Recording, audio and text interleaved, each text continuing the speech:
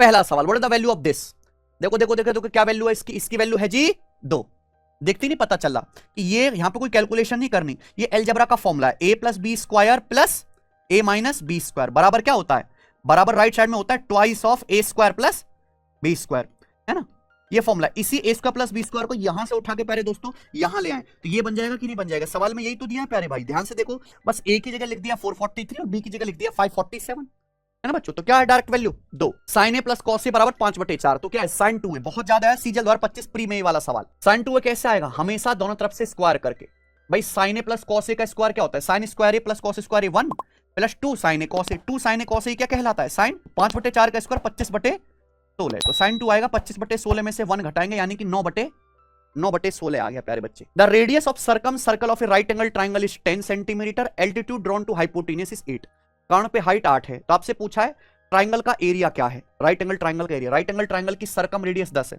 देखो कॉन्सेप्ट समझ लीजिए, मान लीजिए से राइट एंगल ट्राइंगल है, इसकी सर्कम रेडियस 10 है तो इसका हाइपोटेनस 10 का दुगुना 20 होगा। अब इसके हाइपोटेनस पर खींची गई ये वाली हाइट कितनी है 8 सेंटीमीटर, तो राइट एंगल ट्राइंगल का एरिया पूछा है। समझ नहीं आया, किसी भी ट्राइंगल का एरिया होता है 1/2 बेस गुणा हाइट।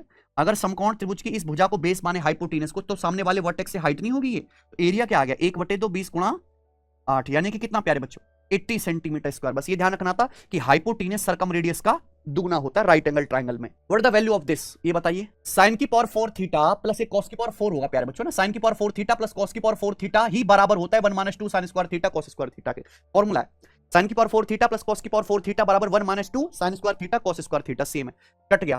तो 1 + 4 क्या आ गया आंसर 5 आंसर है, पावर 4 होगा प्यारे बच्चों, तभी फॉर्मूला बनेगा। Average score of class of boys and girls in an examination BP, ratio boys and girls in classes 3:1। Boys का एवरेज स्कोर P+1 है, गर्ल्स का एवरेज स्कोर क्या है P में ही आंसर बताना है ना। एवरेज स्कोर पे अगर एलिगेशन आप लगाओगे तो बॉयज और गर्ल्स की संख्या का रेशियो आ जाएगा।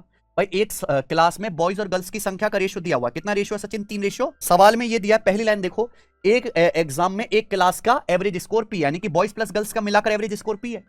सवाल में बॉयज का एवरेज स्कोर P+1 है, आपसे क्या पूछा है गर्ल्स का एवरेज स्कोर पूछा है, क्या एलिगेशन का सवाल नहीं है, सिंपल क्वेश्चन। आप बताओ P+1 में से P घटाएंगे क्या आएगा 1, ये 1 दे रखा है यानी कि कितना होगा फिर 3।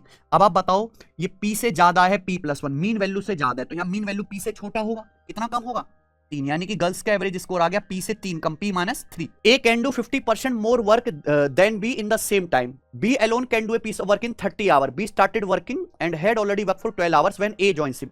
How many hours should B and A work together to complete the remaining work? बहुत बढ़िया सवाल, कैसे सोचेंगे